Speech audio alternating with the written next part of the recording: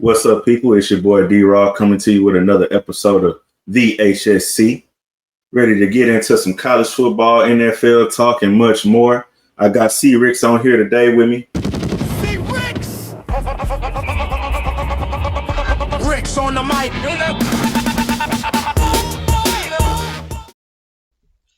You feel it, you know it. Raww Productions.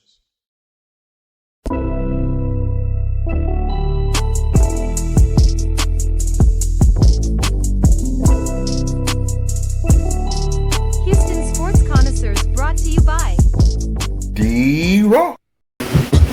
What's going on, people? Glad to be here. You know, I love talking to my favorite boy about what's going on in sports. Yes, sir. Yes, sir. Hey, so looking at this past weekend of college football, I know it was real crazy, but man, that Friday night really just hit strong for me, bro. You had Florida State and Virginia to start off the night. Wild game. Castellanos, he put everything on the line, but still couldn't prevail against Virginia. Virginia won 46-38. What did you think about that for Florida State? One thing I do love the most is the effort. Like, everybody's saying, like, Florida State is not the same anymore, not getting the same recruits, but the difference between Florida and Florida State puts in effort every single week. They started out hot.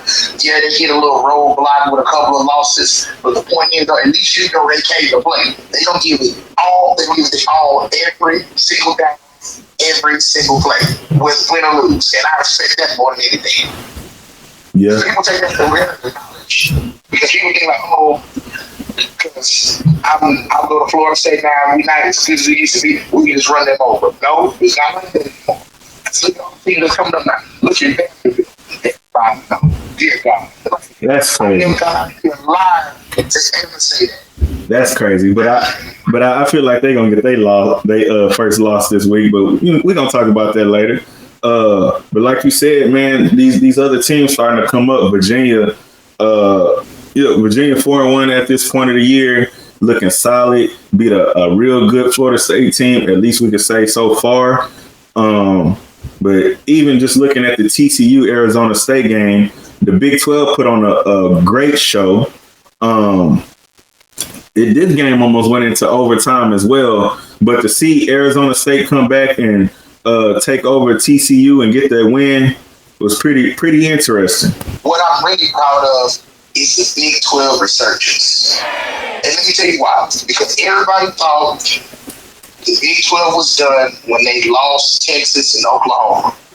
Now we incorporated Arizona State, Arizona, and these teams have not only proven that they deserve to be in the spotlight of the Big 12, they've proven to other people, especially like in the playoffs last year, that they are teams to be reckoned with. Yeah. We're not focused always on the Big 10, the SEC, the ACC. The Big 12 is a Power 5 conference for a reason, and we are showing people and the world week in and week out, and I'm just excited.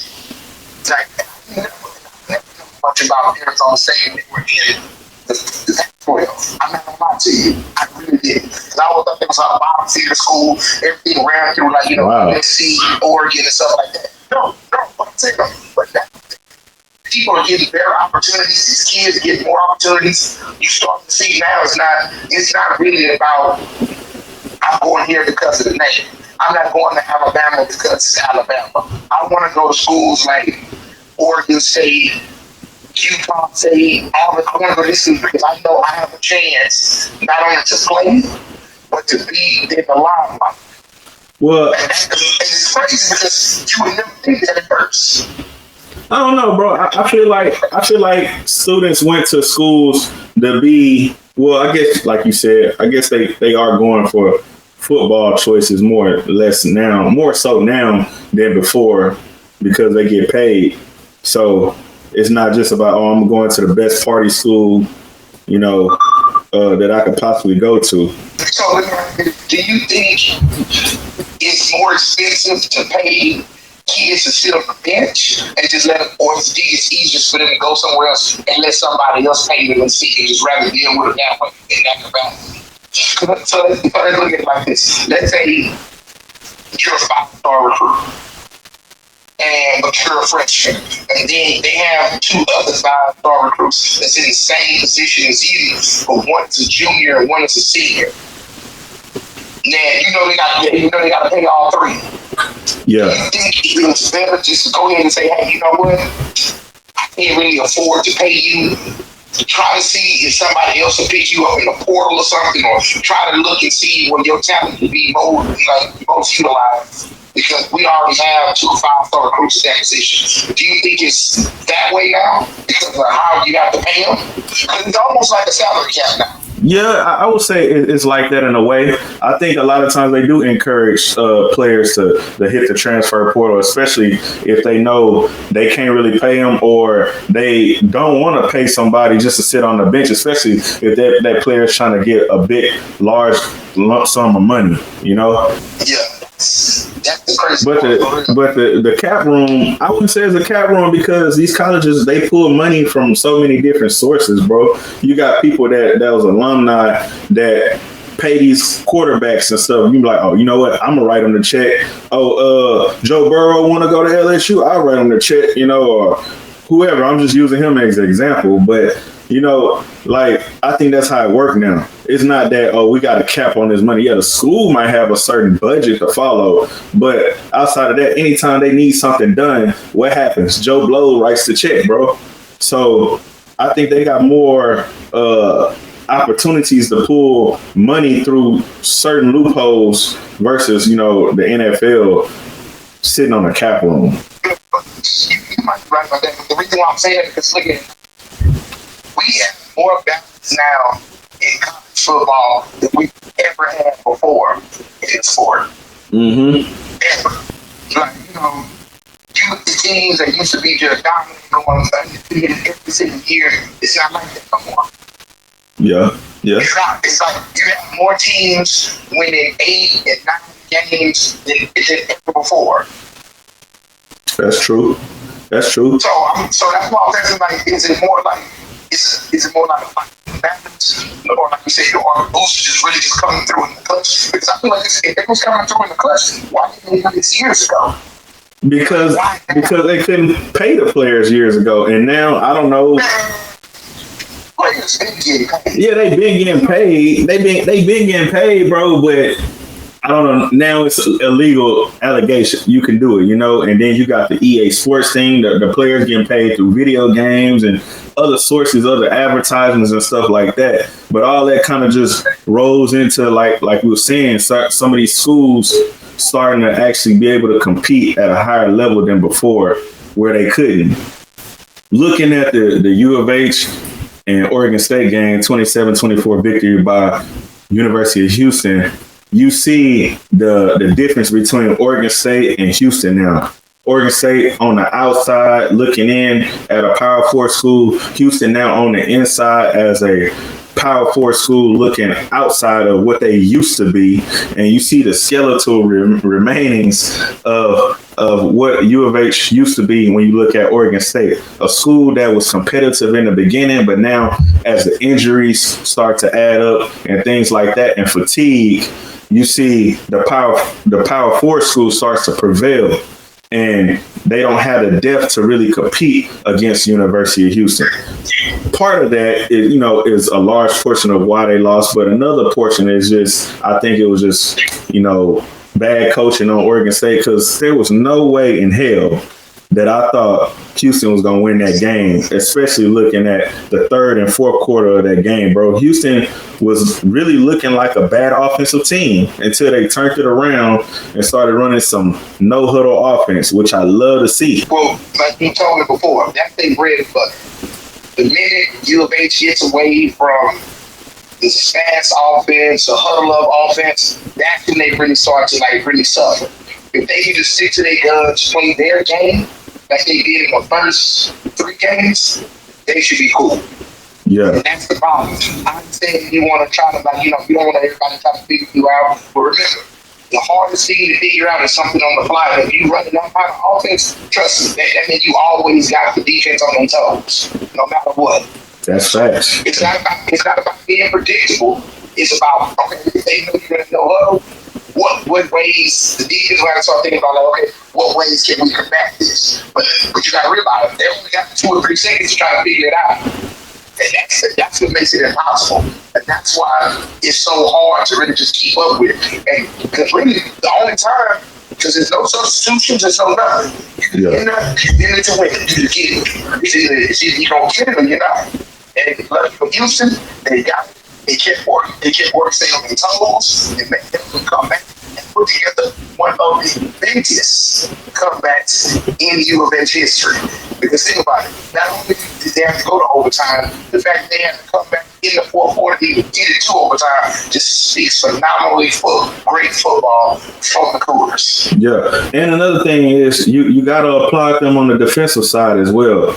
You know, just to see that defense make a stand, because it looked like they couldn't stop the run for a large part of the game, and then for them to start stopping the run and, you know, just figuring out ways to get in the backfield and force them to pass where Oregon State struggled to pass. Like, that was a phenomenal game by U of H. It was. So let me ask you this, going forward with the rest of the season. Defense improves, the offense improves. What do you see the outcome for the Cougars this year? Man, I see them at best 9-3. 9-3. The floor, I would say, it'd be 8-4. I know I heard some guys say 7-5, but the floor to me for this U of H team would be 8-4. Okay. So do you see them making it to the Big 12 championship game? Man, that's a high possibility. You know, we just really getting into the Big 12 play now, so we're going to see what they look like against Texas Tech, you know, with Texas Tech coming up this week.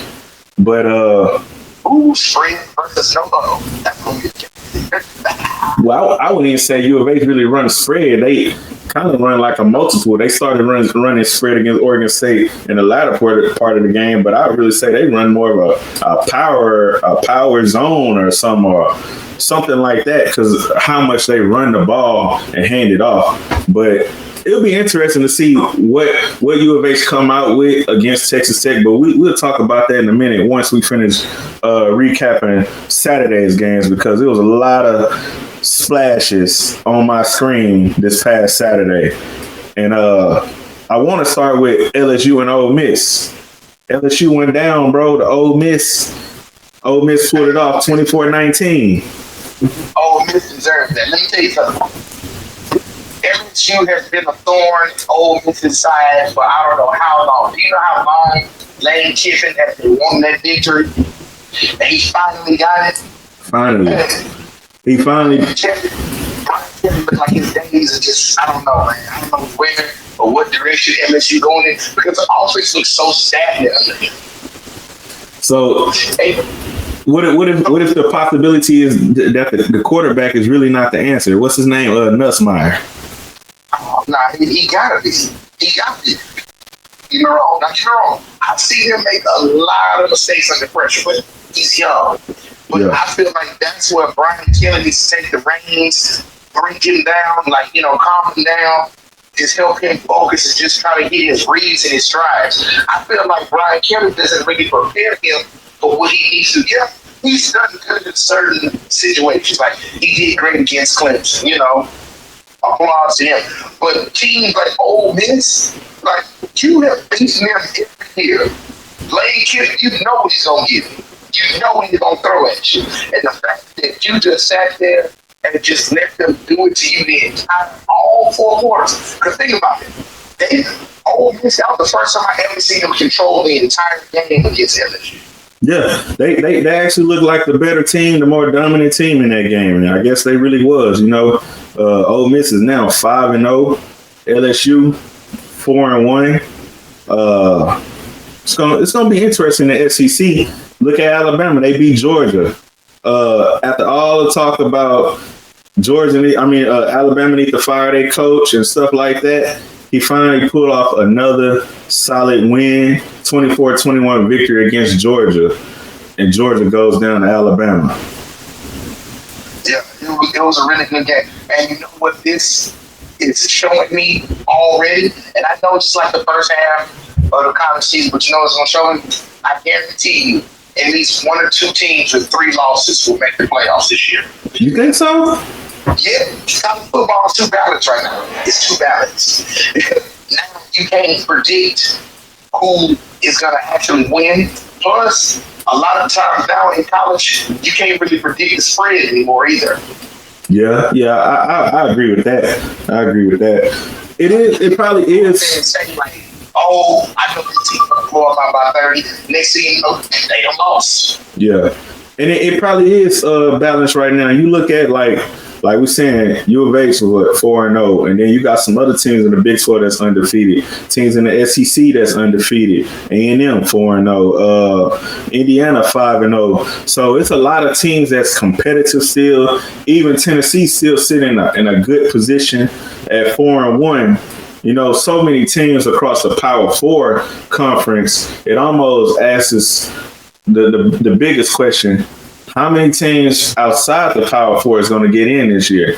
Do you think it's going to be that same one team or any team? Well, hopefully, what I really want them to do, like all jokes aside, they need to pull the best team from every Power 4 conference and have them get a bye week. Because I feel like if you make it to a championship game, you win that championship game, you deserve to get a bye week, and then everybody else by record trickles down. That's fair. That's actually a very nice assessment, bro. You know, because it's not fair that somebody from the Big 12 win the Big 12 championship, and then they still got to figure out if they're gonna be in the playoffs on Selection Sunday. That's unfair. Or they in the playoff and then they don't even get to host a game. They got to go on the road to Penn State or wherever. Yeah, that's disgusting too. They need to quit trying to give these bigger schools more money just because you think that fans want to see them play more than the other fans. That's not true. Yeah. And if I go to U of H, my team go 12-0, and we win the Big 12 championship, goddamn, you better be in the playoffs because I don't even think we ranked yet. Nope, still not ranked. And I got something to say, but I'll say it later. Illinois came back and got a victory, bro, against USC. Did you catch that one? I did, because, you know, David was hurt about that. let's be honest, bro. And like, let's just be serious. It's the fight in the line. And I promise whoever's listening in Illinois, I have nothing against your school. But think about this. Your school has made amazing strides over the years to be where they are now. And I want to say kudos to you. But there is no way possible when you look at the pedigree of USC, they should have won that game. Like, we put all of this hype around Lincoln Riley. Oh, he's doing this, he's doing that. He's getting these prospects, he's getting these, you know, recruits. Yeah. He hasn't done anything since he's been. It sounds.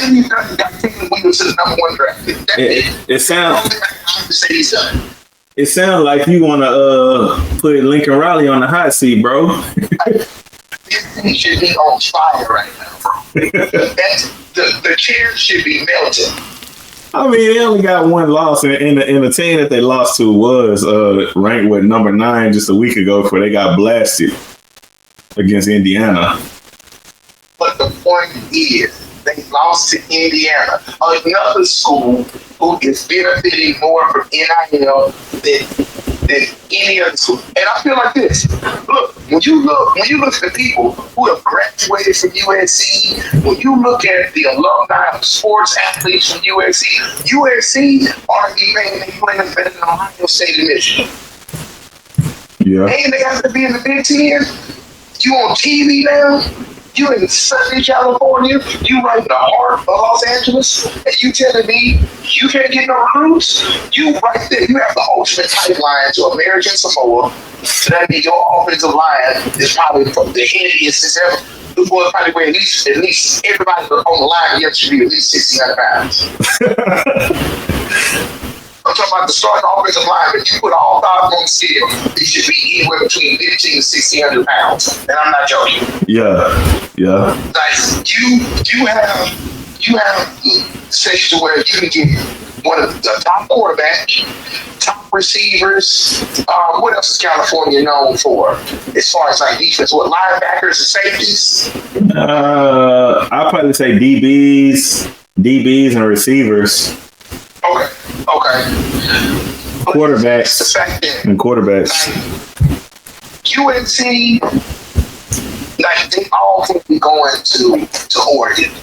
Because we just had this talk earlier in the podcast too. Oregon don't have enough money to pay. So that means UNC still gets a shot at some of these 5-star recruits. UCLA still gets a shot at these 5-star recruits. But see, they want to sell the West Coast. But see, when you start saying that, that's where the Arizona States and the Arizonas come in at. Those schools like Arizona and Arizona State, bro, I feel like that's why they always been mid-major darlings of the Pac-12 and things like that. They rise up, then they fall, because they always had the opportunity to pull those students that didn't want to go to USC or couldn't get into USC, that had a chip on their shoulder or whatever the case may be, or didn't want to, couldn't acquire the play time that they thought they was going to get at USC for whatever reason. Those schools, Colorado, Arizona State, Utah, those schools shine because of that. Because everybody want to go to USC. I ain't gonna say everybody want to go to UCLA, because UCLA ain't really a football school. They haven't been in a long time. Yeah. So let me ask you this. So when coaches are recruited now, what do you think is a big thing that they try to like emphasize on the students to make them want to come there? Because from the looks of it, it's not money. When and the best thing is when the NIL first got introduced, I thought that was going to be the main driving force. But now I see that it's not. So what do you think it is? I think at this point, well, like you said, it can't be money. So it got to be the location. Is the location desirable? What opportunities do I have outside of this location? Is it in a big market or is it in a small market? How well can I be advertised, and what extra money I can make, and what extra opportunities can I connect myself to by going to this school?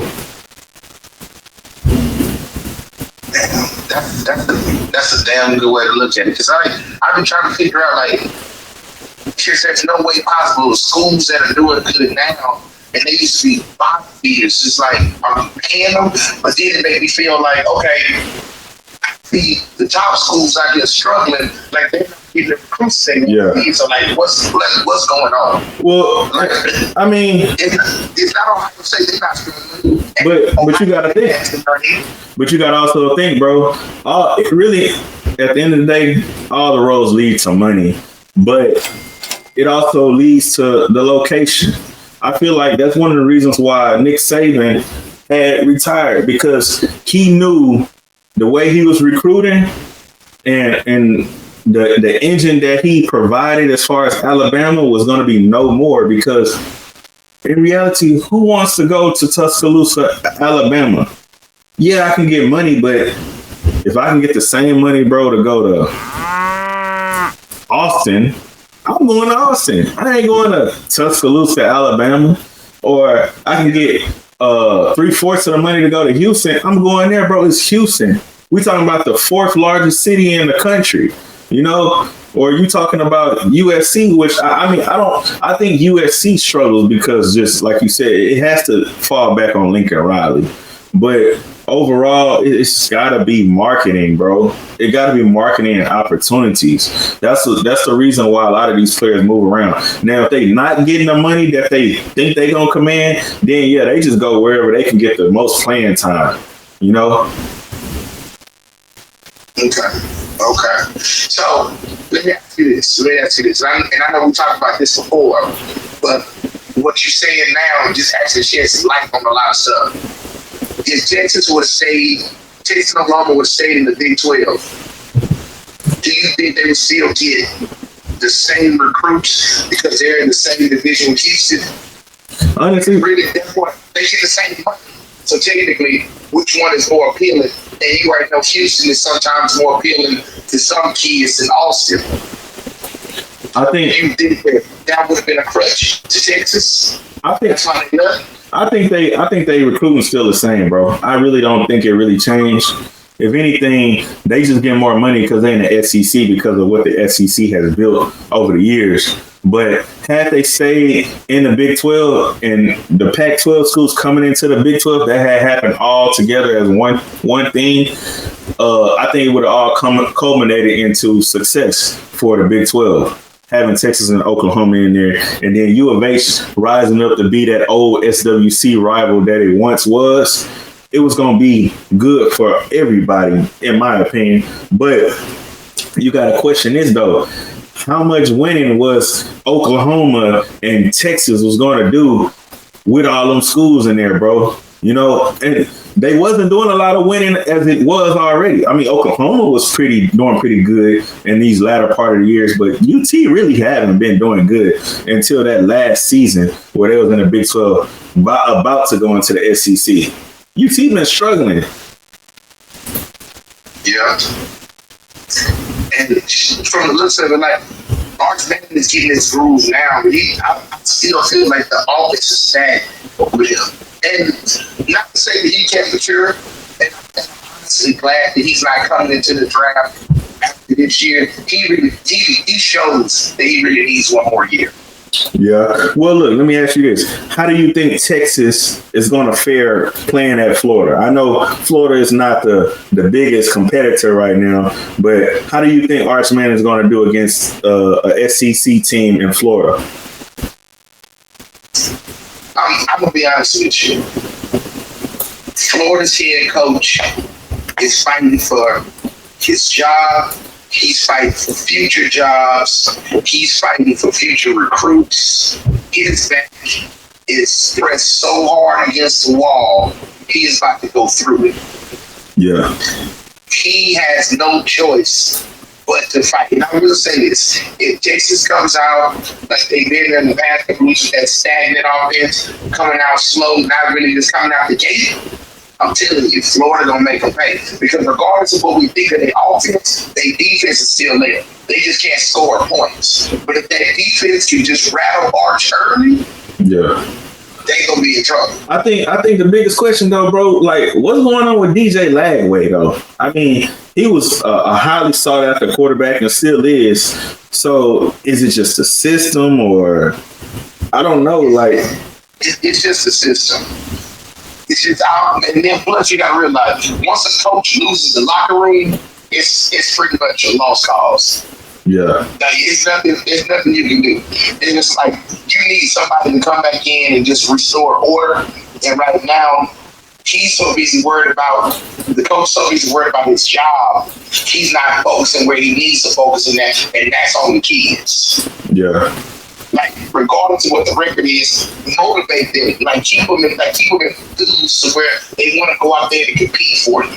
And they've lost the will to compete for them. And once you lose that, it's you pretty much out the door. You already got 1 foot in, 1 foot out. It's just the fact that the athletic department just has to come down and push you out here. Yeah, that's true. That's freaky.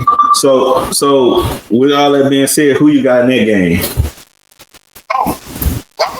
I'm gonna take Texas, but if I'm a bet man, whatever points they giving me to take Florida, I'm down to take them. Okay. All right, Miami at Florida State. Oh, I'm going Miami all day. You don't think Florida State gonna somehow pull this game out, especially after that loss to Virginia? They really need this win, bro. Let me tell you something. Carson Beck has come out there and prove why he's going to be a top second round pick. Okay, Carson Beck, huh? He gonna prove it all. I don't know. I think Florida State gonna pull this one off because they back is really against the wall, especially after the way they lost against Virginia, and to really prove that they still a major player for the playoffs.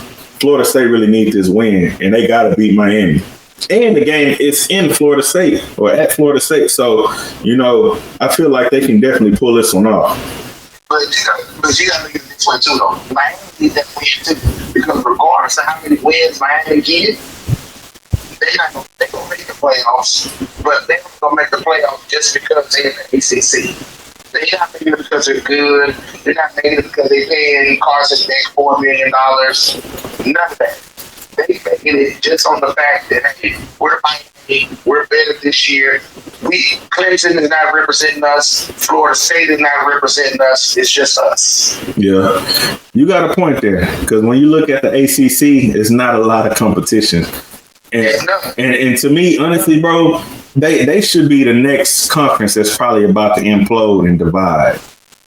But you know what? I can't lie to you. You know what? You are a very wise man. I want you to know that. I know you said this before too.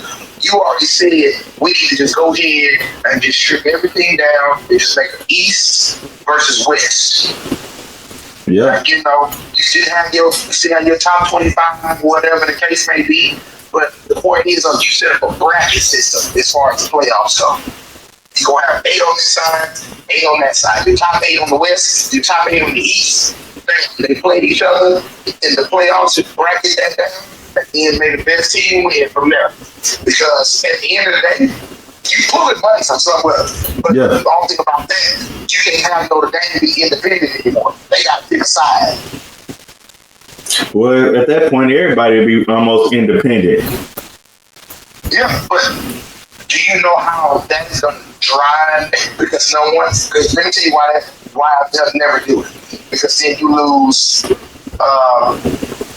Big 12 TV, SEC TV, Big 10 TV. You lose all of those networks. Yeah, you would lose that, but overall, where does the money come from? It comes from ESPN and ABC, whatever, you know what I'm saying? CBS, it comes from those networks. So all they have to do is write out a big contract that's going to basically source money to the different schools based on.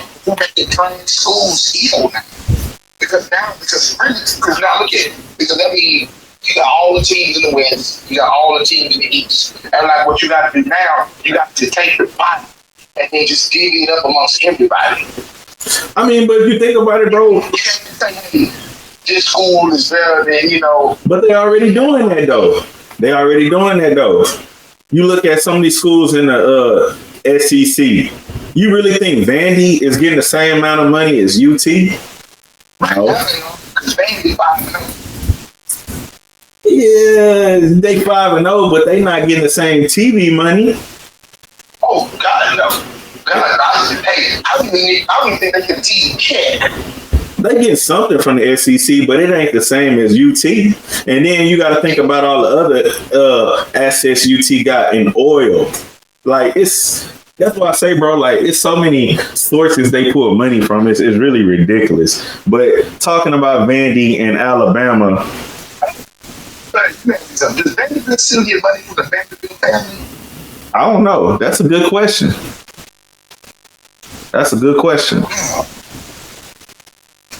But I understand like he was like a person that founded like railroads, stuff like that, and he connected the east and west. But it's like no one uses like railroads. I know he was like a multi-billionaire back then, but I wonder what happened to the money.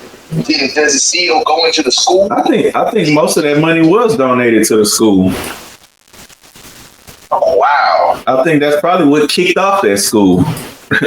I mean, but I don't know. We have to do our research on that. That's wild. And so you always wonder, like, who is the main? This is something I really want to know. Like, who is the main booster for every single school?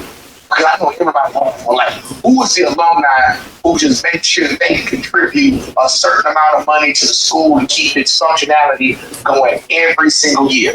Yeah. Like, we can sit there and say, yeah, tuition pays for this, tuition pays for that, and all that kind of stuff for the students. But at the end of the day, for the schools to keep their prestige, somebody has to really donate a whole lot of money. Oh yeah. I want to know who is the main booster for every single school. Like, we can easily look up Houston to see is Tilmer Fertitta. Yeah, and we know it's David Booth in Kansas. Like, you see what I'm saying? Like, who is it in Alabama? Like, who is it in Florida State? Who is it in Miami?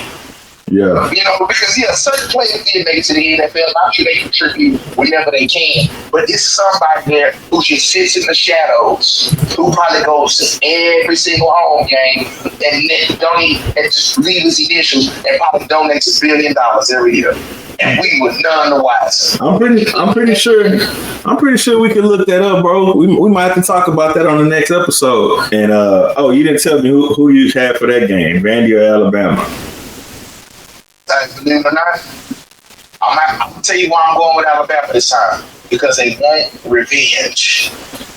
Because remember, Vanderbilt beat them last year, just destroyed their whole just mindset of, like, you know, the playoff implications and everything. Yeah. So I feel like Alabama, this is second year. He's looking for redemption. He got to play on a high level. They just came up a win against Georgia. I'm telling you, he put the X's and the O's together now. He finally got the team where he needed them at. He's actually showing that he's a proven leader. That he wasn't no fluke hire. He is going to get it done. All right. He gets it done. All right. I think I'm going to ride with Vandy on this one, bro. You ride with the Commodores, bro? Hey, only reason why I'm gonna ride with them. Only reason why I'm gonna ride with them is because it seemed like Alabama coach, what's his last name, DeBoer. He always seemed like he win the big games, but he lose the ones that you know what I'm saying don't have as much light on them. It's all right, bro. I know you said hate Alabama for all that press they got in the 2010s, in the early 2020s. It's cool, bro. All right. We gonna see. It's cool. We gonna see, but look, I know you are, you know, a famous podcaster now. You try to I shouldn't say famous. But I still hear that Alabama hate in your heart, bro. Man, bro. I ain't hating, bro. We know that roll tide at your house, okay? Oh yeah, they ain't rolling tide over here, but hey, but what we is gonna do, we're gonna throw up them Coogs signs, you know what I'm saying? Houston versus Texas Tech, number 11 Tech coming to Houston. It's gonna be interesting. Texas Tech, you know, got an explosive offense. Houston got a top tier defense. Can Houston do it once again and get the victory in the end against, you know, another school in this season? If Houston can get this done, I pray to the heavens, the football gods, anybody that's listening. If Houston can get this done, do you know how this will solidify us in the Big 12? Do you know how much respect they gotta put on our name if we can get this done? It's gonna be a lot. And honestly, I don't want them to bullshit us if we do win, and then they just give us just number 25, number 24. No, bro, you gotta put us in the top 15, bro. I don't think they ain't gonna jump that high, bro. I'm not trying to be disrespectful, bro. But you gotta put us in the top 15, bro. And let me tell you why. Number one, we undefeated. Number two, we just beat a school in the top 10. No, they number 11. Right out. Okay, we it's a school right outside the top 10. Okay, so like at least if the lowest I'll take is 18. I ain't taking nothing lower than 18. Don't give it that 25, 24 shit. I think if we beat Texas Tech, bro, they'll probably put Houston at about 21, just based on strength of schedule. Don't spit in my face, bro.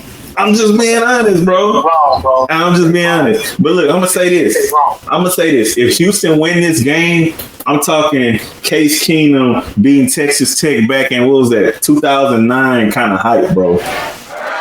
Oh yeah.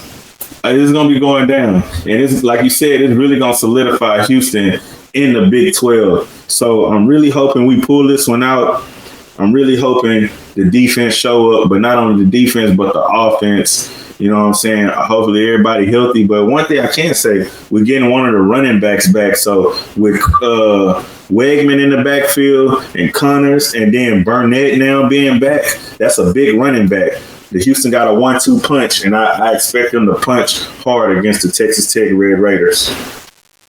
Man, I need Coogs to come out there and look like McCaffrey. I need it all to happen. I need it all to happen this weekend. The crazy part is, I know that they can beat them. It's just a fact that you got to go out there and play your game. Because that's one thing I noticed about Texas Tech. When because they running that spread offense, they gonna throw the ball 10 million times a game. Yeah. Look, once Houston get a couple of stops, I'm telling you, it's gonna drive their momentum, and they're gonna come in there with that ground and pound. Because one thing I know about Texas Tech, their defense is okay. They got a nice edge rush, but they can't stop the run. Yeah. They can't stop the run. They can now, as far as stopping the pass, they can do it. But if we sit to our guns and pound the football, hit them with a couple of screens, hit them with a couple of tosses, man, I'm telling them. And then come through and hit them across the middle, hit them across the edge. Oh man, I'm telling you, we can beat them. They got to go in there and play their game, man. Fingers crossed, man. Fingers crossed. I really feel like, I know you're gonna be on the boat, so I'm gonna be watching though. Oh, you know what? You're gonna be close enough to where you can still probably even turn the game on. Yeah, they always got it on ESPN or whatever. It's still gonna be on ESPN 6:00. So I know it's gonna be on the boat for sure. I'm gonna be watching, bro. I'm gonna be watching that game just like I'm gonna be watching the Texans as well. But like you said, fingers crossed. I hope to see the Houston Cougars come out there and march up and down the field on Texas Tech, get the stops like they need to, and most of all, we need the crowd to be behind the Houston Cougars. So Houston Cougar fans, show up to the game, be loud, and be early. Always. It was great talking to you as always, man. All right, bro. Appreciate it. No problem at all. Now that we got the college football portion of this podcast out the way, now let's pivot right into the NFL. It's a concise week 4 wrap up, a deep cut on the Texans, and we're going to talk about all the early playoff trends, plus the big upcoming matchups for week 5. And then I want to close it out with a little talk about the Astros, a little MLB talk, and give you my weekly hot take. Let's get to it. Man, so looking at week 4 of the NFL, things were pretty interesting. I would say that defense really, really reigned amongst this week of the NFL. We look at teams like the Cardinals and Seahawks. I wouldn't say it was a shootout, but it was a pretty competitive game, a very defensive game, a game that was really a game of chess. Cardinals lost the game 23-20. I believe I had the Cardinals in that game, but they put up a damn good fight and a fight that really came in the fourth quarter where they put up 14 points and just couldn't get it done. And the Seahawks will win that game on a 52-yard field goal by Jason Myers. Unfortunately, the Cardinals are now 2-2, Seahawks 3-1. Another game I want to talk about, the Bills and Saints game was pretty competitive. From a standpoint to say that the Saints is 0-3 at the time, now 0-4 after losing to the Bills. Seeing Spencer Rattler go out there and be competitive and make this team somewhat push the Bills a little bit was pretty interesting. It's letting you know what can come in the future from the Saints, but as of right now, we also see the state of the Saints team. But to see that the Bills was pushed, it also kind of give you some kind of blueprint on how to beat the Bills, right?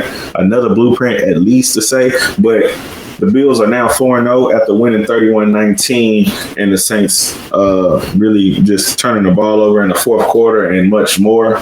But hey, it's the Bills. What do you expect, right? Eagles and Buccaneers. That is one of those games that I highlighted. The Bucs did not look dominant, but they did try to push for a comeback. A 31-25 win for the Eagles. Baker Mayfield played outstanding once again. It was just not enough to defeat the Eagles. And man, bro, did you see the fake tush push that the Eagles pulled off? It's like crazy, right? But then, it makes a lot of sense. You got Vita Vea sitting in the middle. Why not fake it? We talking about this big Samoan guy that's really pushing guys around and putting them on their back. So we're going to fake it around him, right? And that was the smartest thing that they could have done. The Eagles win that game, and now they're undefeated. The Bucs get their first loss of the season, which I kind of expected in that one. Another game I want to talk about is the Colts and Rams. The Rams defeated the Colts. Colts is 3-1, Rams 3-1. The Colts, to me, proved that they were a team that's playing at a high competitive level so far this year. It was not just fluke victories that they had the last 3 games, but this actually means that they're a pretty competitive team. And they pushed the Rams and they lost 27-20. The Rams still prove that they are playoff contenders and they're not pretenders. So they marched on with victory. Matt Stafford had probably his best game of the season, though. 370 yards passing, 3 TDs, and they keep rolling. Now, the one big upset that I had in my book of this week was actually the Jags beating the 49ers. Jags pulling off a 26-21 victory against the 49ers is pretty crazy. But remember, I talked about defense and special teams and things like that. The Jacksonville Jaguars has it. And they prove that they can be a playoff pretender or contender currently. So we'll see as this season keeps going and where the Jags actually prevail. But beating a solid 49er team with Brock Purdy making his return, it says a lot. It's a big statement win for them. Chiefs and Ravens played against each other as well. 37-20 victory against the Ravens. Lamar Jackson went down. Patrick Mahomes played lights out, 4 TDs, 270 yards passing. You talk about a Chiefs team that was really waiting to get Xavier Worthy back, and now that they have him back, it really showed, and the team is really chomping at the bits, and they're getting back on pace to being the Chiefs that they always have been. And like I said before, the Chiefs have no problem. As long as Mahomes is roaming the backfield, they have no problem, and they're going to keep winning. Ravens is now 1-3, and they got to face the 1-3 Texans. And man, I can't wait to talk about that. But first, let me get into this Packers and Cowboys game, man, because you talk about a game where 2 teams are really just dueling it out. Cowboys putting up points against a solid Packers defense. Dak Prescott played lights out. He was smart and schematic about everything that he done in this game. And just seeing a shootout, man, I'm talking about 80 points from both teams, 40-40 tie at the end of the game. And that's why this is called the week of the OT, because you look at all these ties from college to the pros of this past week, and it's just crazy to see. And it was just some great football all around. When you talk about college and pro football, it was there. Now, the Monday night, man, I ain't gonna lie. Monday night was not that good.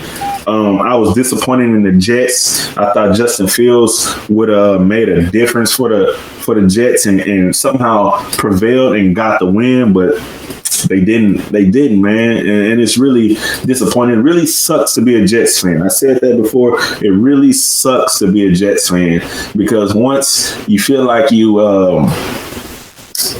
got the ability to start winning, you realize you just ain't got enough. You just ain't got enough. And Aaron Glenn just has not figured out how to close these games.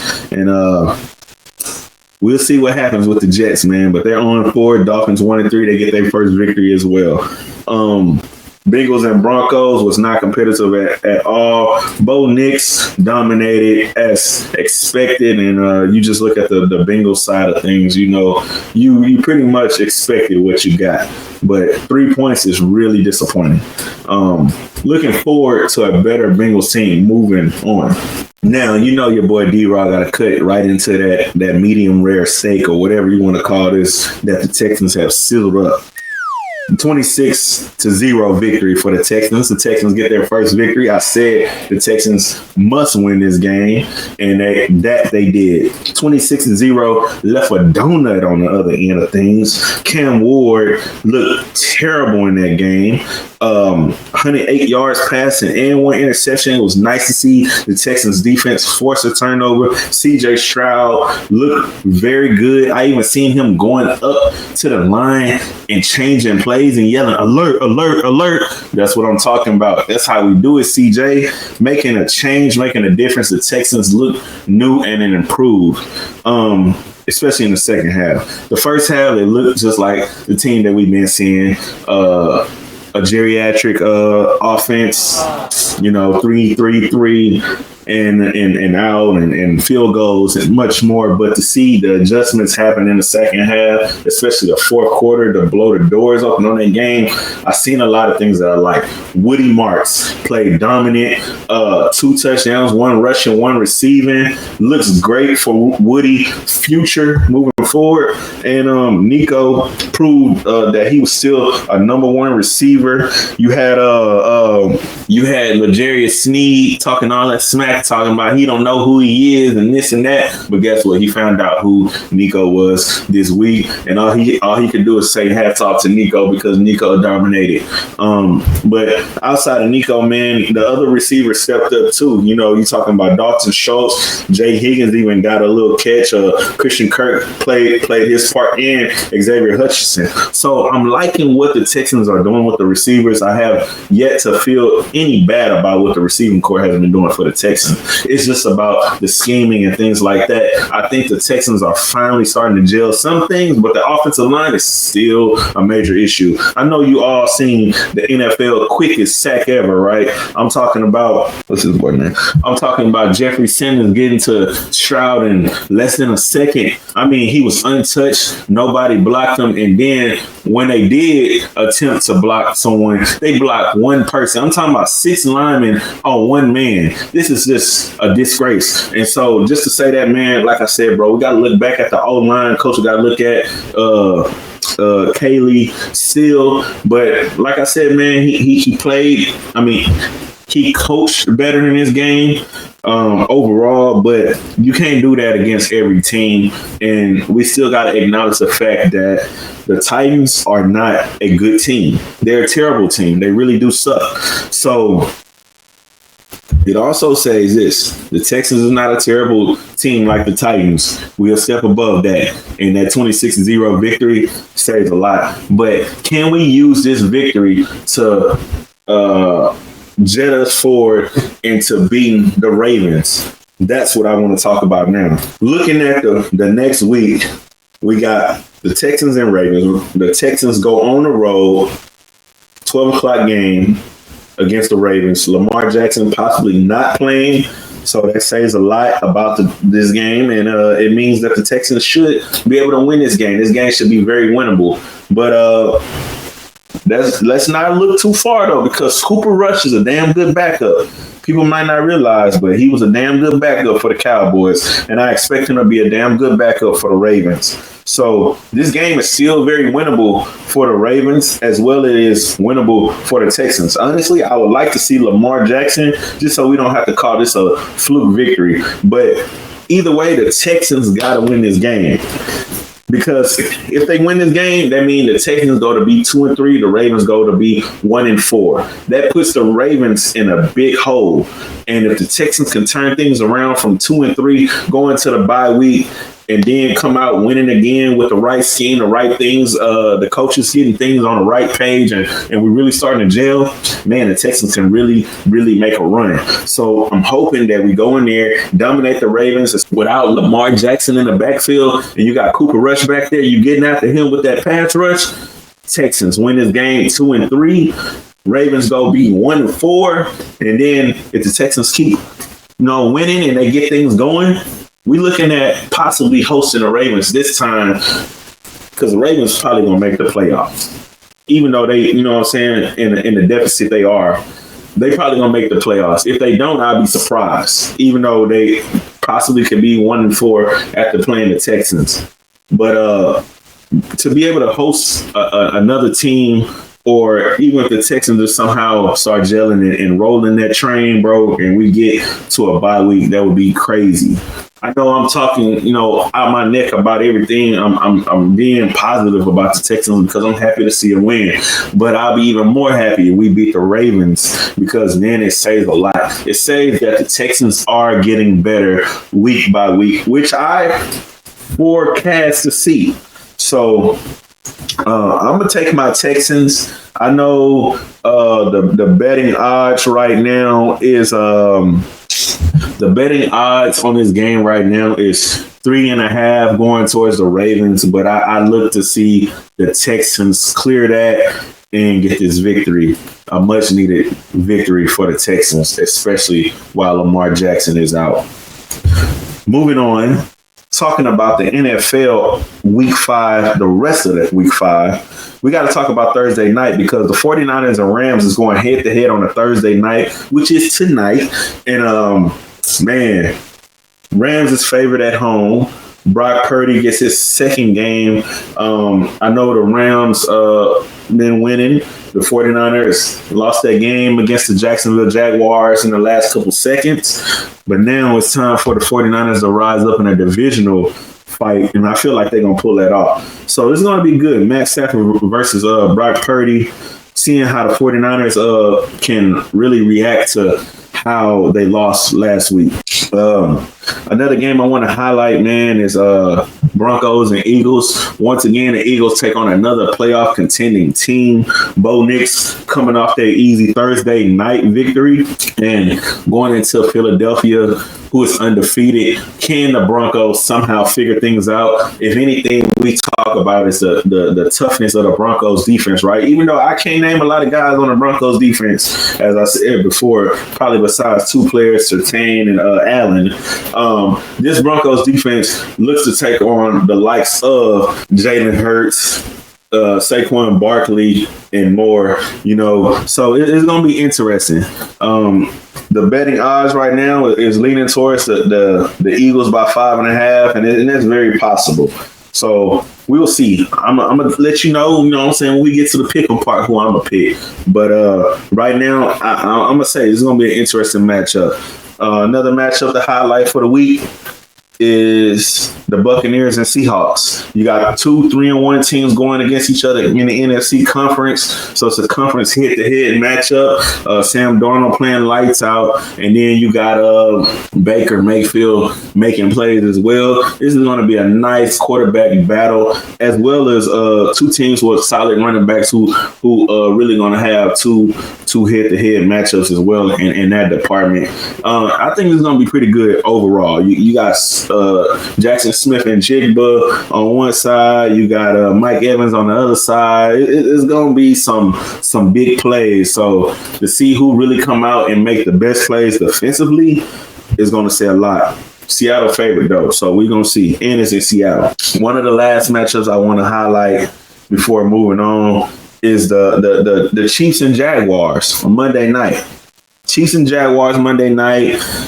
3-1 Jags, 2-2 Chiefs. The Chiefs trying to even things out. Can Trevor Lawrence step up and play big? Can the defense slow down the Chiefs and make some plays? Kansas City favored in Jacksonville to win this game, which is expected. But can the Jaguars prove me wrong? Can they prove that they're contenders versus pretenders? Because, when you look at the Texan Jaguar game, Jags just look like the regular Jags. But maybe so. We can really say this. The Texans really is a really good team, and they really just haven't figured out the offensive side of things, because of what that Jacksonville game looked like against the Texans and what the Jacksonville Jaguars got going on right now. It's saying a lot. So this is a must-see game, Chiefs and Jags on Monday night. That's for sure, people. Now, before I move on from the NFL topics, I want to say something about this. Cam Robinson being traded from the Texans really shook me a little bit, because we got this veteran left tackle to make a difference. we had Ariante Ursi picked in the second round as our first pick. And then you had Cam Robinson signed as well because you thought he was going to be the starter. And people can recall, I had said that he wouldn't start the whole season. I said Ariante Ursi was going to take his position by week 4 or 5 of the season. And I was correct. I said the same thing about Jackson Dart for the Giants, taking Russell Wilson's starting position, and he starts. So maybe y'all should be betting on me when I say things, because a lot of things that I say be right. Some things I say be wrong as well. I'm not the perfect man, but I be right about a lot of things, and my analyst skills is A1, baby. But to see Cam Robinson traded, I did not foresee that. And what does that mean? That means that the build out of the Texans O-line, the players that they have besides him, they feel like they're comfortable with. They have to, because you only swap them for a late round pick. So you don't get anything in return. So to me, that says a lot. They wasn't happy with what he was bringing to the Texans, or they felt that he wasn't bringing enough to even be valuable to the Texans. So they traded him away for something of less value. So that's pretty interesting, and it says a lot about the Texans. Just as a C.J. Gardner-Johnson deal with him being cut says a lot about the Texans. These are two players that Nick Caserio picked up this past offseason that is not a Texan anymore. And it makes you wonder, like, what is he doing? What is your strategy? What is going on in that locker room? But after cutting CJ, you get your first win of the season. After cutting Cam Robinson, can you go get your second win of the season? Can we see these things pay off for the Texans? And the other thing I want to say is, with them trading him away, does that mean they're making room for someone else that they possibly could go get? Could it be some kind of playmaker the Texans had their eye on that they're looking to make a move for come bye week? So we'll see. A lot of that is interesting. I say keep your ears and your eyes open, because the Texans are not afraid to cut players, and they're not afraid to trade them away. This is a different kind of background that the Texans are bringing. This used to be a team that wouldn't cut nobody, wouldn't trade up to get anybody in the draft, wouldn't do a lot of things. So the play from the more liberal part of the NFL versus the more conservative part is totally different for the Texans. And I look forward to seeing what other kind of moves they actually make.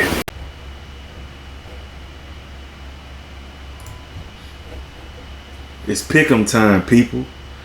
And it's week 5 of the NFL. First matchup, Thursday night, 49ers Rams. Rams favored at home by 8.5. I'm riding with the Rams to get it done. Rolling into Sunday, we got the Vikings Browns. Minnesota favored on the road against the Browns. I'm riding with the Vikings. Raiders Colts. Colts favored at home by 6.5. Colts all the way. Giants and Saints. Saints favored at home by 1.5 points. Giants is going to get that easily. Cowboys Jets. Cowboys favored by 2.5 points. Let's go Cowboys. Broncos Eagles. Eagles favored by 3.5 at home. I like to see the Broncos pull this one off for the Eagles' first loss. Dolphins Panthers. Miami favored on the road by 1.5 points. Let's go Carolina. Texans Ravens. Houston favored now in Baltimore by 1.5 points. Let's go Texans. Titans Cardinals. Cardinals favored at home by 7.5 points. Let's go Cardinals. Buccaneers Seahawks. Seahawks favored at home by 3.5 points. Let's go Seahawks. Lions Bengals. Lions favored on the road by 10.5 points. Easy one for the Lions. Let's go. Commanders Chargers. Chargers favored at home by 2.5 points. Let's go Chargers. Patriots Bills. Buffalo is favored at home by 7.5 points. Let's go Bills. Chiefs Jaguars. Chiefs favored on the road by 3.5 points. Let's go Jags. Closing that out, let's talk about the Astros. Good riddance. The season is over, and the Astros have failed us once again. This time they failed so far, they fell out the playoffs. After a multi-year streak of making playoff appearances, we finally get a break, and a clean break at that. The pitching just couldn't get it done this year. The bats would go cold in the times that we needed them. But I would say this, 87 wins for the Astros is not bad. And to be totally honest, you look at the MLB this year, man, it's really crazy. Can you believe that out of all the teams in the MLB, nobody won 100 games? Even the Dodgers, with their high payroll, did not win 100 games. Let alone, they didn't win the most games. They won 93 games.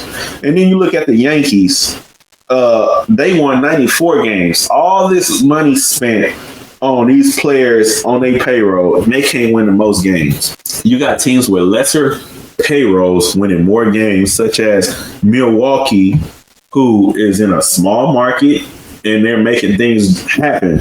So it's going to be interesting, man. We're talking about the Mariners sitting on a bye week, the Blue Jays, the Phillies and the Brewers all on bye weeks, the Yankees, Dodgers, Red Sox, Reds, Tigers, and Guardians all playing wild card games. And, you know, just the expectations of what you had at the beginning of the season, seeing a guy get signed for almost $1 billion and not winning the most games, is just crazy.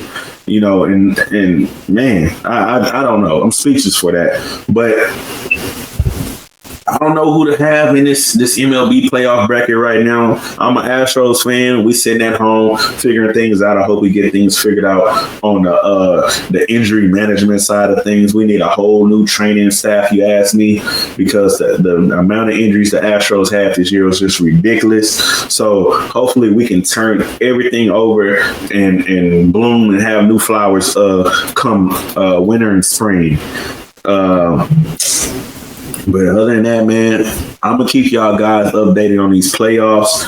And I'll let you know soon who I'm riding with. But I think I'm going to let this wild card patch play out for now. But it'll be interesting to see the Red Sox and Yankees as they go head-to-head. Two rivals in the Dodgers and Reds go head-to-head and so on and so forth. But I'm really ready to see this thing heat up and take shape. Other than that, people, my hot take for the week is defense is just fashionable. It's the new must-have roster identity. Teams that treat defense and special teams as the foundation, two deep defensive front, a clear blitz coverage identity, and reliable kick punt units will overperform in October. The Texans are a perfect blueprint of something as such. Trading away perimeter veteran salary, let the defense carry you, and let the offense grow in consistency. If your fantasy QB rankings haven't accounted for the shift, you're blind. But hey, week 4 showed it. So looking into week 5 and plus more, defense is reigning again, people. As I said, this is the week of the overtime, people. Go back and look at all these overtimes we had last week and jump in a little overtime with me. Don't forget to like and subscribe and check out your boy Raww song, Big Daddy D.